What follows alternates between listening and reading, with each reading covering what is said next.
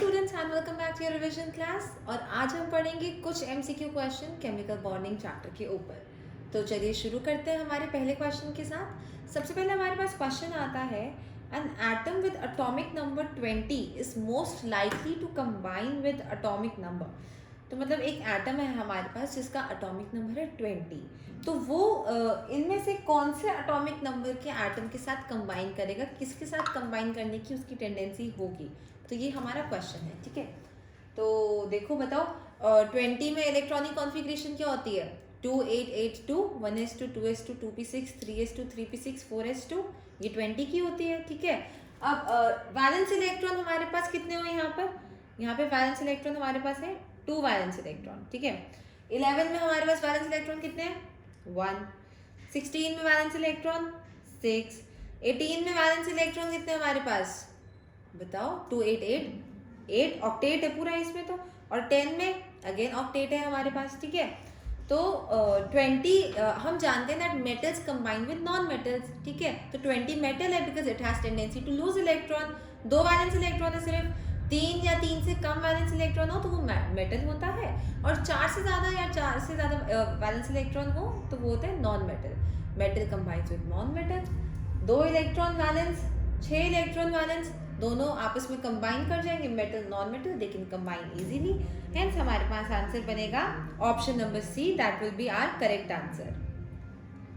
चलते हैं अगले क्वेश्चन की तरफ। Bond order of NO is 2.5 and that of NO positive is 3. Which of the following is correct? अब आपको देखो एक चीज ध्यान रखनी है, यहाँ पे हमसे पूछा गया है बॉन्ड लेंथ के बारे में पूछा गया है। बॉन्ड लेंथ और बॉन्ड ऑर्डर दोनों में क्या रिलेशन है? Bond length is inversely proportional to bond order.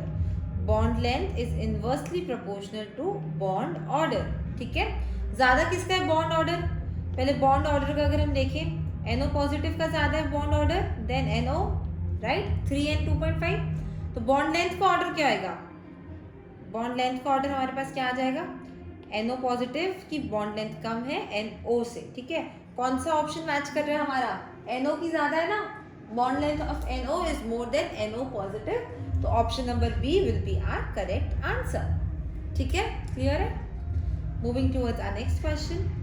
Van der Waals forces, इसको करेक्ट कर देना, it's Van der Waals. Van der Waals forces depends upon number of electrons, charge on nucleus, radius of atom और all of these.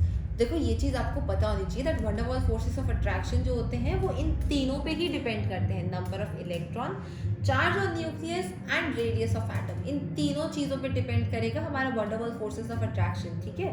तो यहाँ पर हमारा क्या करेक्ट आंसर बनेगा? Option number D, that will be our correct answer, all of these, ठीक है। चलते हैं हमारे अगले क्वेश्चन की तरफ। The hydration energy of Mg+2 is larger than. Hydration energy के बारे में पूछा। अब आपको एक चीज़ ध्यान रखिए ना, हाइड्रेशन एनर्जी जो होती है ना,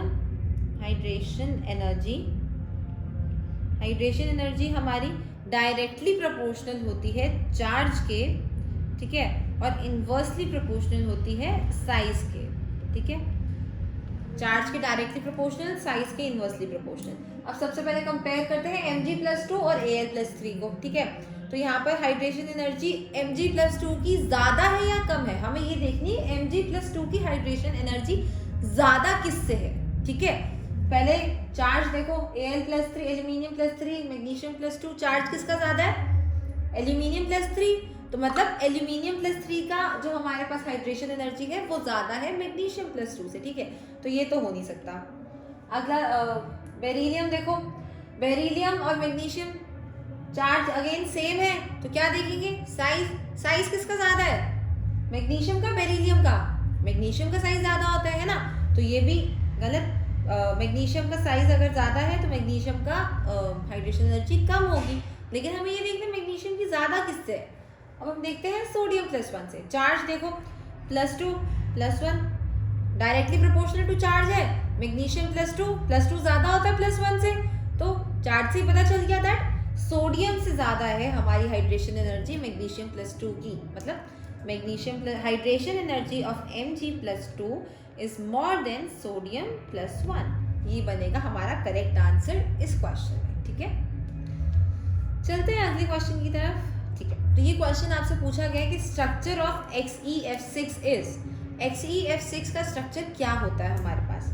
distorted octahedral, pentagonal bipyramidal, planet और टेट्राहेड्रल। 4 ऑप्शंस आपको गिवन है, इसमें से आपको बताना है कि XeF6 का जो हमारे पास स्ट्रक्चर है वो क्या होता है। ठीक है, अब देखो XeF6 का स्ट्रक्चर हमारे पास हाइब्रिडाइजेशन क्या आती है इसमें ज़ेनॉन की, एक सेकेंड, हमारे पास ज़ेनॉन की हाइब्रिडाइजेशन आती है sp3d3, जिसके हिसाब से हमारे पास इसका स्ट्रक्चर क्या बनना चाहिए था? देखो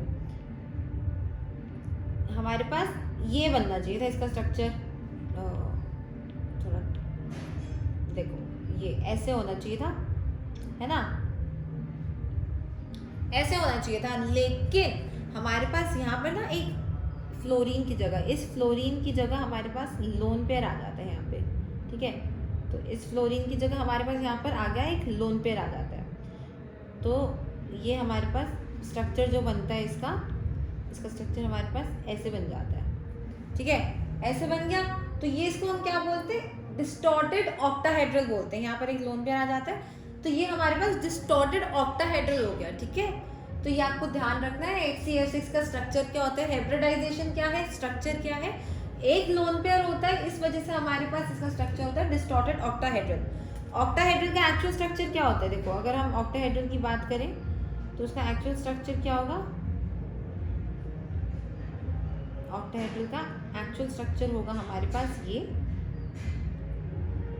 बट यहाँ पर तो हमारे पास ये डिस्टॉर्टेड है, this is not actual octahedral, right? Structure देख के पता चल रहा है डिस्टॉर्टेड है, तो इसीलिए ये हमारे पास यहाँ पर करेक्ट आंसर बनेगा option A, that is distorted octahedral. अगला क्वेश्चन हमारे पास आता है, number of lone pairs on Xe in XeOF4 are. XeOF4 में हमारे पास total number of lone pair कितने होते हैं? तो इसके लिए आपको इसका स्ट्रक्चर पता होना चाहिए। स्ट्रक्चर क्या है? देखो इसका स्ट्रक्चर हमारे पास आता है Xe, इधर एक फ्लोरीन, इधर एक फ्लोरीन,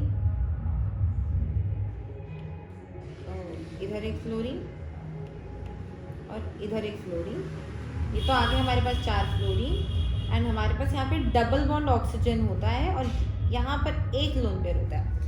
तो आपको नंबर ऑफ लोन पेयर बताने के लिए पता होना चाहिए कि हमारे पास कितने बॉन्ड बन रहे हैं, स्ट्रक्चर क्या है। ठीक है, क्योंकि अगर आपको पता ही नहीं होगा डबल बॉन्ड बन रहे हैं यहाँ पर ऑक्सीजन के साथ, तो आप तो बोल दो कि 2 लोन पेयर होते हैं, लेकिन नहीं। देखो 4 फ्लोरीन है सिंगल बॉन्ड और एक ऑक्सीजन है डबल बॉन्ड, तो यहाँ पर हमारे पास ज़ेनॉन पे एक लोन पेयर होता है। We are talking about xenon only, तो यहाँ पर हमारे पास सिर्फ एक लोन पेयर होता है।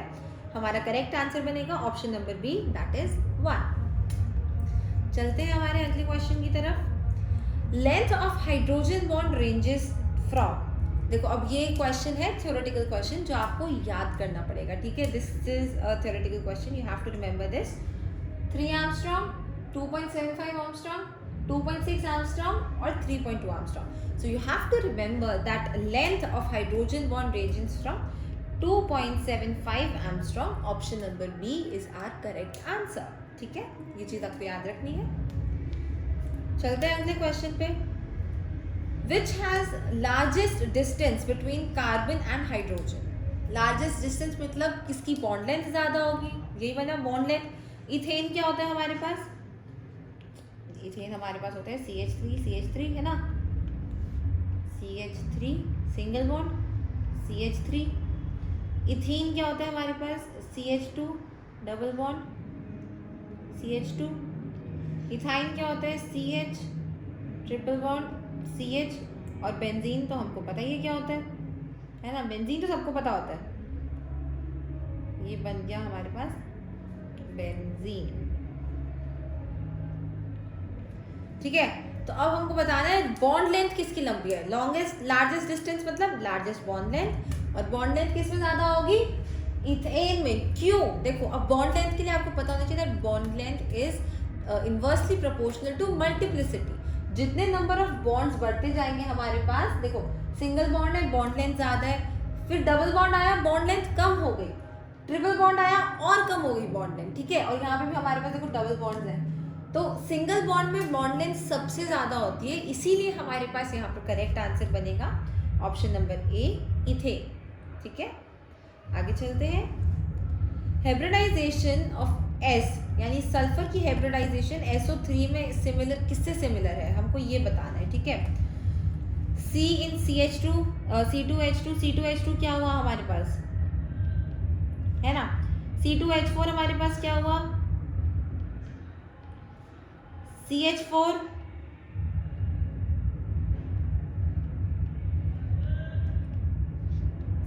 और CO2 को अभी हमको देखने की जरूरत ही नहीं है। ठीक है, हम इन तीनों के बारे में बात करते हैं। अब देखो सल्फर में हमारे पास क्या होती है, सल्फर की हाइब्रिडाइजेशन यहाँ पर sp2 होगी हमारे पास सल्फर की हाइब्रिडाइजेशन। तो सल्फर की हाइब्रिडाइजेशन हम इधर लिख लेते हैं sp2। ठीक है, ये सल्फर की हाइब्रिडाइजेशन। अब यहाँ पर हाइब्रिडाइजेशन बताओ क्या आएगी, total number of sigma bonds हमको बताते हैं हाइब्रिडाइजेशन, है ना। तो अब बताओ कहाँ पर हमारे पास आएगी sp2 हाइब्रिडाइजेशन, कार्बन पे। ठीक है, देखो यहाँ पर है, नो, यहाँ पर है, नहीं, कहाँ पर है, यहाँ पर sp है, यहाँ पर sp3 है, यहाँ पर हमारे पास sp2 है। ठीक है, तो यहाँ पर हमारे पास आंसर क्या बनेगा, कार्बन इन C2H4, बिकॉज हमारे पास हाइब्रिडाइजेशन सल्फर की SO3 में है sp2 एंड कार्बन की C2H4 में भी हमारे पास हाइब्रिडाइजेशन है sp2। ठीक है, ये चीज़ ध्यान रखनी है आपको। चलते हैं आगे। विच of the following is planar, which of the following is planar, ये बताना है आपको। अब प्लेनर कौन से कंपाउंड्स होते हैं जहाँ पर हमारे पास या